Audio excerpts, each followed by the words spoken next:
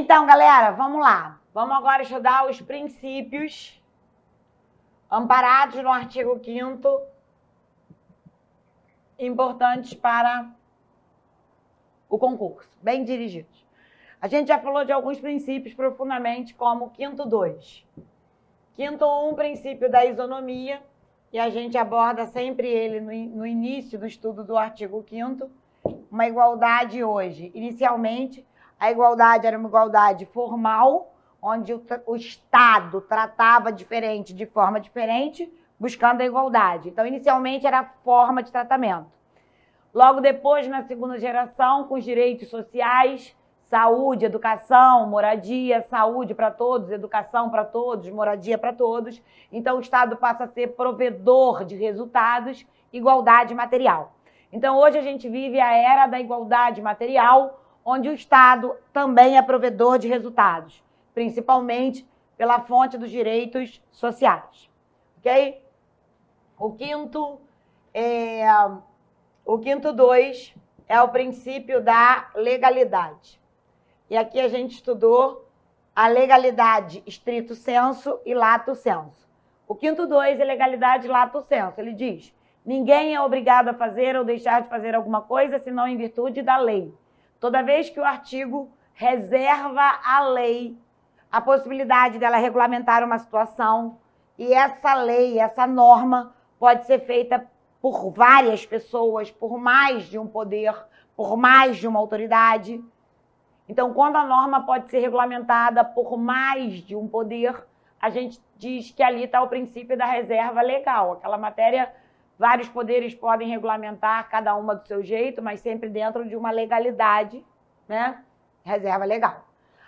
Legalidade, perdão, com maior abrangência. Agora, a contrário senso, o 5º-39, e eu acho bom ter essa aula assim. Então, a legalidade aqui tem maior abrangência. A matéria é quando uma matéria pode ser regulamentada por mais de um poder. Por exemplo, direito civil. Direito civil pode ser regulamentado por lei do Congresso Nacional, ou direito civil pode ser regulamentado por medida provisória do presidente. Então, quando a matéria abre a possibilidade de ser regulamentada por mais de um poder, maior abrangência, lato sensu, princípio da legalidade. E princípio da reserva legal é quando a matéria só pode ser regulamentada pelo Poder Legislativo. Basicamente, as matérias mais importantes pelo Congresso Nacional. Então, por exemplo, o exemplo é o artigo 5º-39 por causa do direito penal.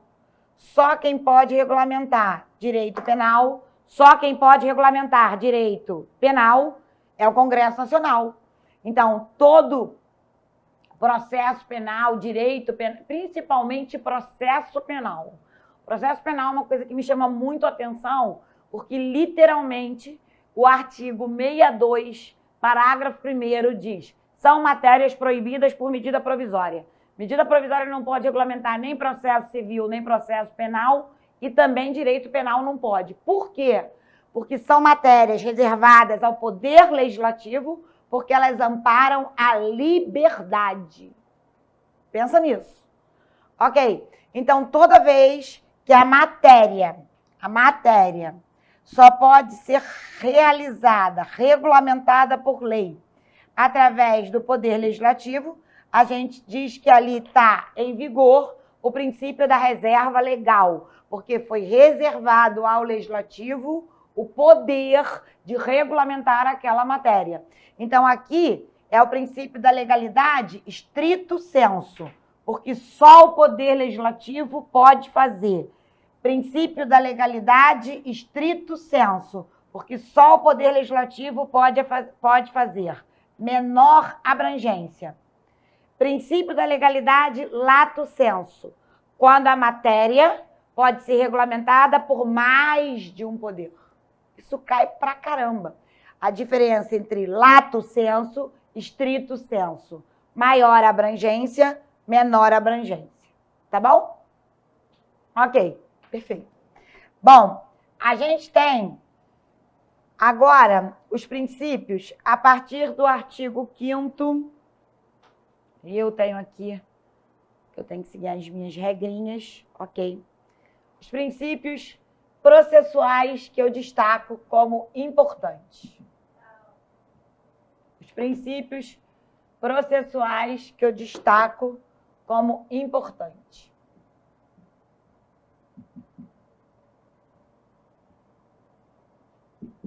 Primeiro princípio, juiz natural. A gente já falou que o princípio do juiz natural é a combinação do artigo 5º, 37, não há tribunal de exceção, mais o 5º, 53, que você será julgado por uma autoridade competente. Acabamos de falar no bloco passado que o somatório de que no Brasil não há tribunal de exceção e de que você é julgado por uma autoridade competente gera o princípio do juiz natural.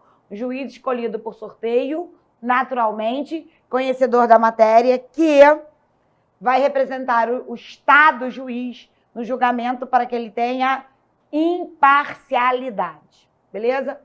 Depois, a gente vai ver artigo 5º, inciso 40, o princípio da retroatividade da lei penal mais benéfica. Ok, se liga na parada. Eu, Ana, cometi um delito. Passam 10 anos, estou presa. Aquele delito deixou, depois de 10 anos, de ser um delito, chamado no direito penal de abolitio criminis.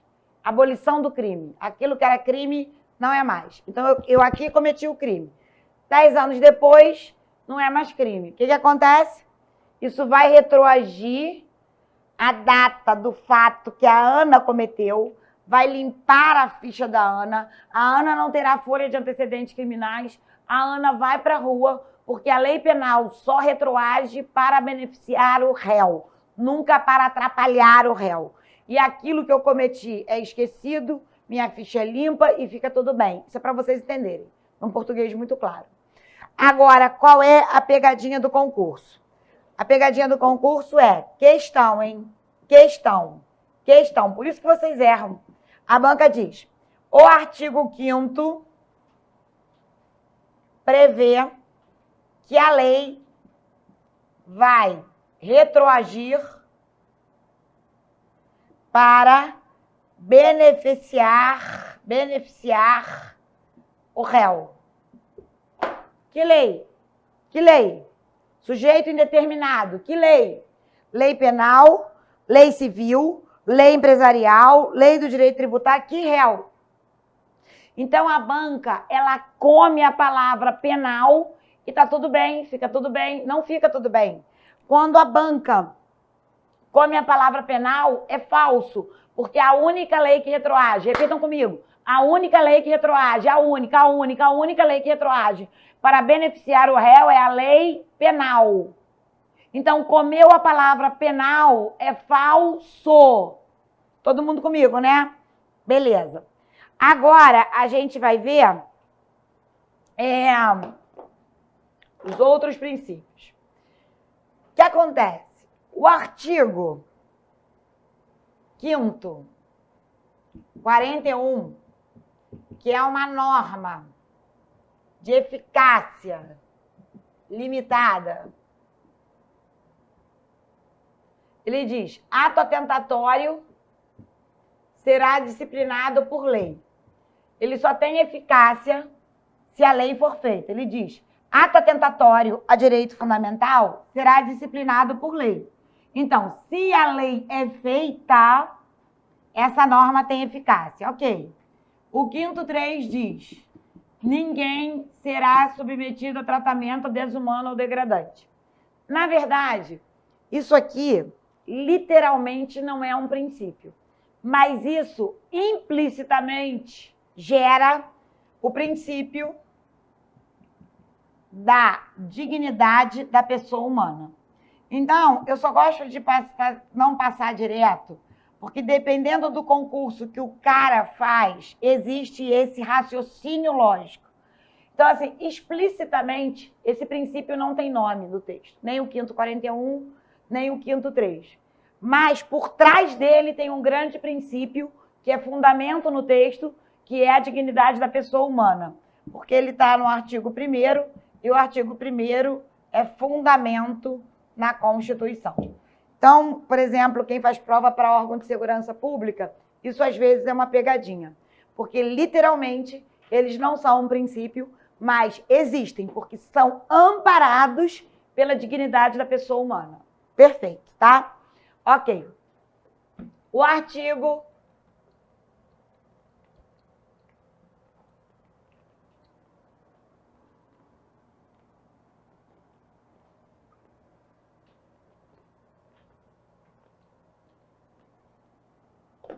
5º, 54, princípio do devido processo legal. Segundo os doutrinadores, este é o arcabouço dos princípios. Ou seja, se qualquer outro princípio do processo, é ferido, automaticamente não haverá o devido processo legal. Para ocorrer o devido processo legal, o processo tem que andar de forma correta. Não andou. Tudo isso aqui foi destruído. Então, o texto diz que para ocorrer a retirada dos seus bens ou da sua liberdade, tem que ocorrer o devido processo legal. Se não existe o devido processo legal, nada pode ser feito, porque no Brasil não se admite autotutela. Ok. Esse devido processo legal existe tanto no âmbito judicial quanto no âmbito administrativo. Então, entenda, porque tem gente que pensa, são princípios processuais? Sim, tanto do processo judicial quanto do processo administrativo. Perfeito. Artigo 5º, 55. Ampla defesa também. E contraditório. São diferentes. É ampla defesa e contraditório. Atenção, gente. Vamos lá. É ampla defesa e não ou. Ou são coisas, é uma ou outra, é uma e outra, porque o processo precisa dos dois. Então, agora preste atenção. Ampla defesa é você levar para o processo judicial ou administrativo provas legais. É você levar provas legais. Então, quando eu levo para um processo provas legais, só um minuto. Pronto, chega agora. Quando eu levo para um processo provas legais, eu estou exercendo ampla defesa. É quando a pessoa demonstra a materialidade do direito. Ok. E aí, cuidado, porque a ampla defesa, ela pode ser executada, inclusive, segundo a doutrina, no inquérito policial, que é um procedimento administrativo. Nesse procedimento, quando o cara que é indiciado, o indiciado é aquele que está sendo... eu não gosto de falar acusado, porque acusado é terminologia de processo, mas eu vou usar o acusado normalmente. É o cara que está sendo acusado do crime, mas ainda está em inquérito, não tem ação penal. Então se liga. O indiciado no inquérito policial, diz a doutrina, que quando ele alega que não estava no local do crime, quando ele vai lá e leva provas na delegacia, ele está tentando provar o fato. É uma espécie de ampla defesa. Então, por que eu estou dando essa aula? Você vai entender. O contraditório, sim, é defesa técnica, feita por operador do direito. Esse operador do direito, eu estou abrindo advogado, advogado dativo, defensor público, é uma pessoa que conhece o direito, raciocínio lógico. Se você está doente, você procura o médico. Se você vai construir um prédio, você procura o engenheiro e o arquiteto. Se você tem um processo, você procura um advogado. Acabou a aula.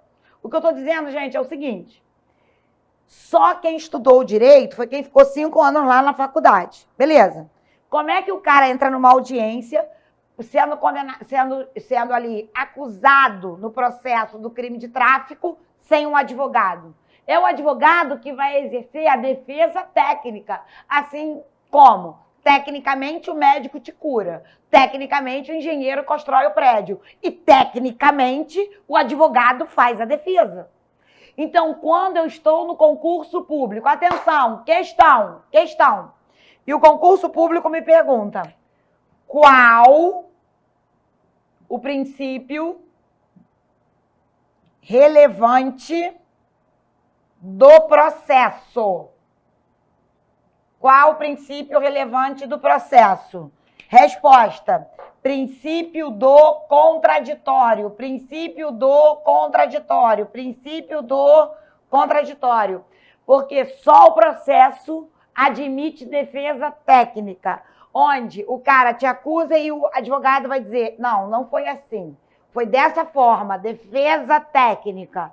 Aí essa questão não é fácil, ele diz, qual o princípio relevante do processo? A, isonomia, B, legalidade, C, eximon e D, contraditório. Todo aluno fica em dúvida. Senti aqui que você que está me assistindo tremeu. Tem razão, professor, essa questão não é fácil, não. Mas o princípio que guarda, na verdade, a legalidade e a isonomia no processo é o contraditório, porque um acusa e outro defende. Então, é o princípio relevante dentro de um processo, seja judicial ou administrativo. Seja judicial ou administrativo. Beleza? Então, ampla defesa é levar provas legais para um processo ou um procedimento. Agora, contraditório só existe no processo, seja ele judicial ou administrativo. Seja ele judicial ou administrativo. Professora, por quê? Porque ali o cara vai ter direito à defesa técnica. Agora eu quero continuar nessa ideia de processo. Ô, professora, eu não sabia essa diferença, então fica sabendo agora, isso cai pra caramba e nunca mais a gente vai errar, tá? Perfeito. Se liga na parada. Súmula vinculante 5 do Supremo Tribunal Federal. Atenção, isso cai ou na prova de constitucional ou na prova de ADM. Então, estou abrindo a mente de vocês para questão. A súmula vinculante 5 diz o seguinte, a falta de advogado no processo administrativo não fere a Constituição. Vou repetir. A falta de advogado no processo administrativo não fere a Constituição. Por quê? Porque no processo administrativo, a pessoa que está sendo acusada, ela é citada para vir ao processo com advogado. O que muito servidor faz? Vem ao processo, não traz advogado. Porque ele cometeu um crime grave e no final ele é demitido no processo administrativo. Presta atenção. O servidor comete algo grave, começa o processo administrativo. Para o servidor público, demissão é penalidade. Exoneração não é, mas demissão é. Aí, no final do processo administrativo, ele é demitido. E como ele sabe que ele não teria chance, ele já faz de propósito. Aí, ele não vai com advogado, tipo, entre aspas, malandragem, para, no final, ingressar na justiça com uma ação de reintegração do cargo, dizendo que no processo administrativo ele não teve ampla defesa e contraditório. Por causa disso, foi editada a súmula vinculante 5. Ela diz que a falta de advogado no processo administrativo não fere a Constituição. Se isso acontecer hoje, o que acontece? O cara tem direito de ingressar na justiça discutindo isso, mas não irá anular o processo administrativo mais. Então, assim, ele vai para a justiça dizendo, olha, eu não tive contraditório em ampla defesa, porque eu fui citado, ele vai dizer, mas não levei advogado. A justiça vai dizer, o problema é seu. Então, isso foi para moralizar os processos administrativos no Brasil. Né? Porque era sempre assim, o servidor roubava, pra caramba, crime de corrupção, né, de alta gravidade, entre outros, e depois ele não levava advogado, era demitido e era reintegrado. Uma vergonha. Aí veio a súmula vinculante 5 dizendo: a falta de advogado no processo administrativo não fere a Constituição. Se você acha que você vai discutir depois de demitido, vai para a Justiça, porque todo mundo sabe que na Justiça é bem mais difícil. Então, a ideia é moralizar o sistema. Isso cai muito em prova. Atenção, tá? Ok. O quinto, 56, é o princípio da inadmissibilidade das provas ilícitas. Assim, esse princípio, ele é bem conhecido e eu gosto de dar aula dele com a modernidade que ele tem. É como eu disse para vocês, ainda que sejam direitos fundamentais e princípios fundamentais, e para o Supremo o princípio vem antes da própria norma, ainda que isso tudo aconteça, por isso que o nome é princípio, é aquilo que vem na frente. Ao longo da história dos direitos, da dinâmica dos direitos, os princípios podem ser mitigados, diminuídos. E o que aconteceu? Antigamente era assim: suponha que determinado processo teve uma prova obtida por meio ilícito. Todas as derivadas desta prova, essa prova é a prova inicial. Aí mais todas estas aqui derivadas, todas ilícitas também. Então a gente aprendia assim: se um fruto é envenenado, teoria da árvore dos frutos envenenados. Se um fruto é envenenado, todos os outros serão. Né? Isso vem até da Bíblia. Né? Quando Jesus olha para a árvore e diz: se o fruto daquela árvore não presta, nada mais prestará. Então, o direito penal, ele surge muito do direito canônico, religioso. Ok, prof, e daí? Só que isso aqui foi um pouco diminuído. Então, aqui, eu me preocupo também com quem está fazendo concurso na área administrativa para segurança pública e estuda processo penal. Atualmente, inclusive o professor de processo penal ressalta isso, o Código de Processo Penal adota uma teoria mais maleável quanto a isso. O Código de Processo Penal, na parte de provas, o Código de Processo Penal, na parte de provas, artigo 158, 159 e parágrafos, fala sobre isso. O que acontece? Hoje, nós temos duas análises diferentes. Nexo de causalidade com crime e de forma... Quero lembrar a palavra-chave. Eu vou lembrar quando eu explicar. O que acontece? Suponha que eu seja delegada e eu coloque... Aconteceu o crime numa casa. E o cara diz: eu matei. Eu matei minha esposa, mas não me diz onde está o corpo. Eu sou delegada. O cara está na delegacia. Aí eu falo para ele: meu irmão, escuta só, onde que está o corpo? Ele diz: eu não vou falar, mas eu matei minha esposa. Eu falo: mas o corpo você escondeu na casa, porque não daria tempo de você sair lá pelo tempo que a polícia chegou. Ele falou: mas eu não vou falar. Ele está na delegacia. E eu já botei sem inevitabilidade. Falei que eu ia lembrar? É só eu dar aula. Professora, está tudo na sua cabeça? Tudo. Eu só olho ali o meu resuminho para me dar minha base do que eu tenho que dar no bloco para eu não me perder, sabe que eu gosto de tudo? Ok. Princípio da inevitabilidade. Eu botei, então, 100 policiais na casa para achar o corpo. O cara tá lá na minha frente na delegacia. Eu me irrito com o cara e começo a enforcar e sufocar o cara. Tortura. E sob tortura ele diz: o corpo tá no quarto tal, debaixo de não sei onde. Eu ligo para os policiais e digo: ó, procura em tal lugar. Os policiais acharam o corpo. Beleza. Pela teoria antiga, a tortura e o corpo seriam provas ilegais. Por quê?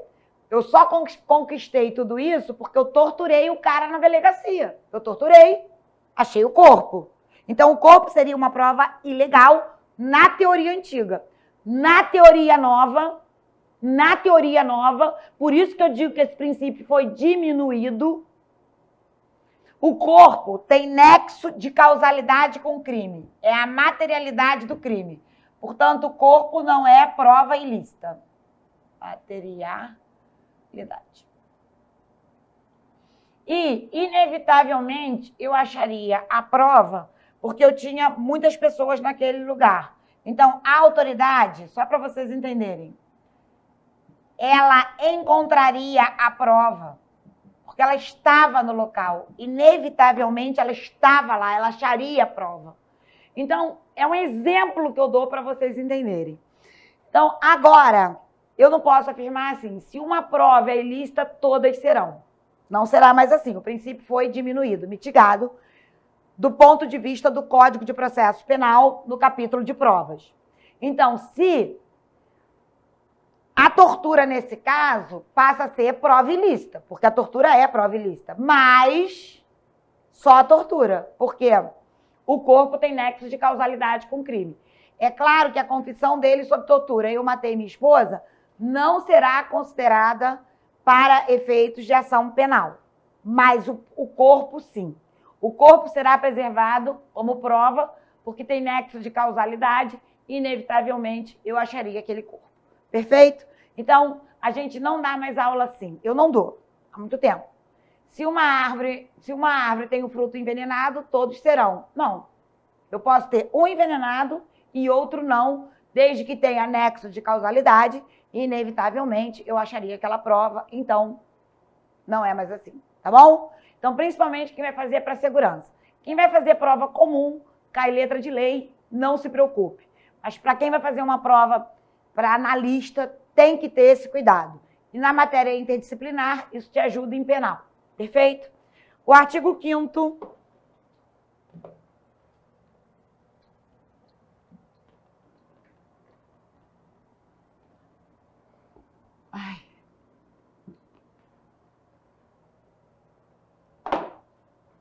O artigo 5º, 57, é o princípio da não culpabilidade ou da presunção de inocência. Eu prefiro da não culpabilidade, né? Mas tudo bem. Todo mundo conhece como da presunção de inocência, onde o STF acabou de dar, com fulcro nele, a decisão da prisão da segunda instância.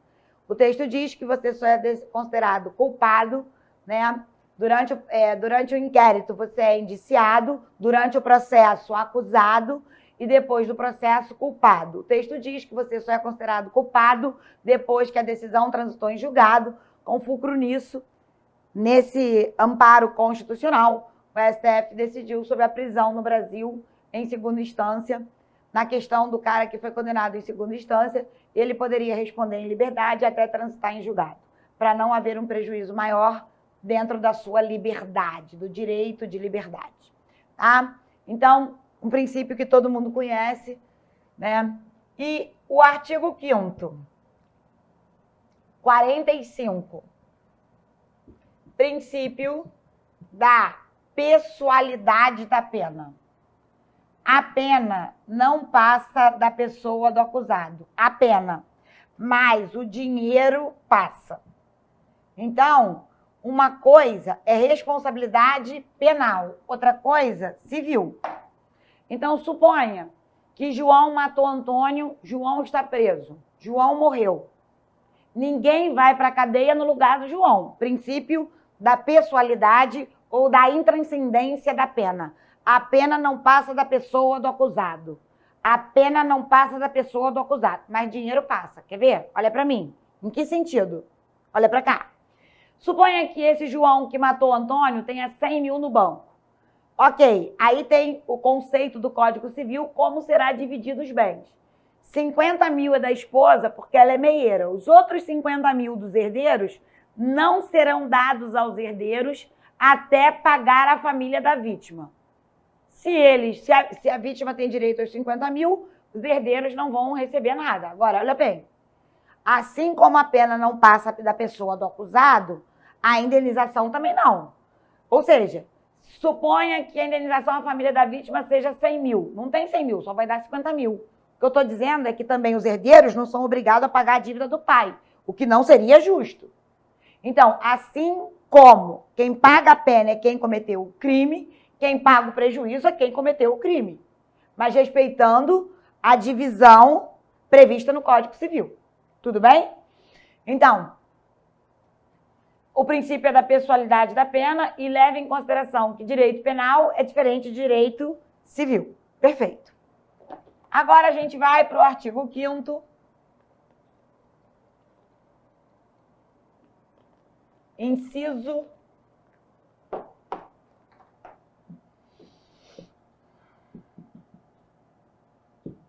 46 e 47.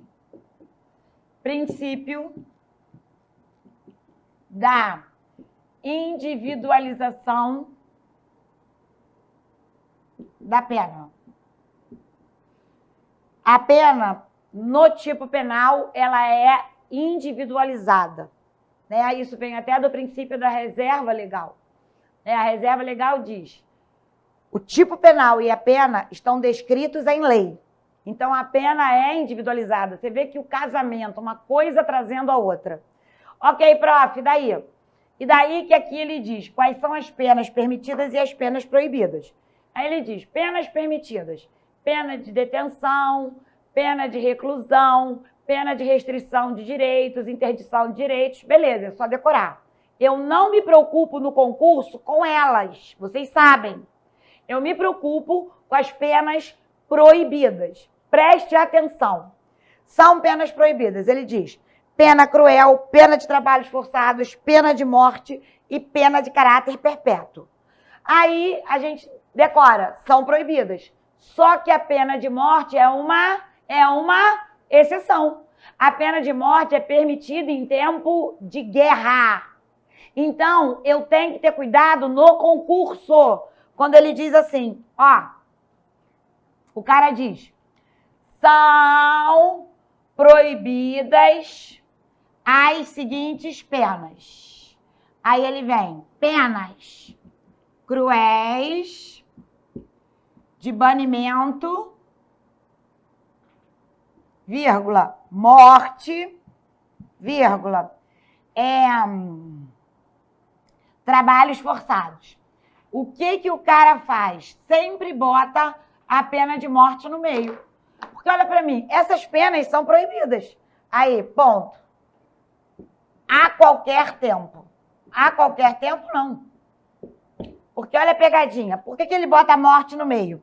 Porque quando eu venho lendo o concurso, eu vou ficando cansada. Então, eu não vejo que a morte entrou no meio do contexto. E aí, isso torna essa opção falsa. Porque a pena de morte, ela é permitida em tempo de guerra. Então, essa opção que era verdadeira, agora ela é falsa. Princípio da individualização da pena. E, por fim, o último princípio, artigo 5º, 78, muito importante, é o princípio da razoável. Já falei dele hoje com vocês. Duração do processo ou do procedimento é outro princípio que existe para amparar a dignidade da pessoa humana. No Brasil, há alguns anos atrás, para você não falar que eu sou velha, porque a professora vai se irritar. Então, sente só, você se aposentava e levava 5 anos para receber uma aposentadoria. Não mais. Não tem dignidade da pessoa humana nisso. Se eu contribuir, é justo. Você vê que hoje é completamente diferente. Hoje você se aposenta e você consegue receber rapidamente sua aposentadoria. Mas não era assim. Então, esses princípios, e esse princípio entrou com a emenda 45 de 2004, justamente para amparar a dignidade da pessoa humana. Ok?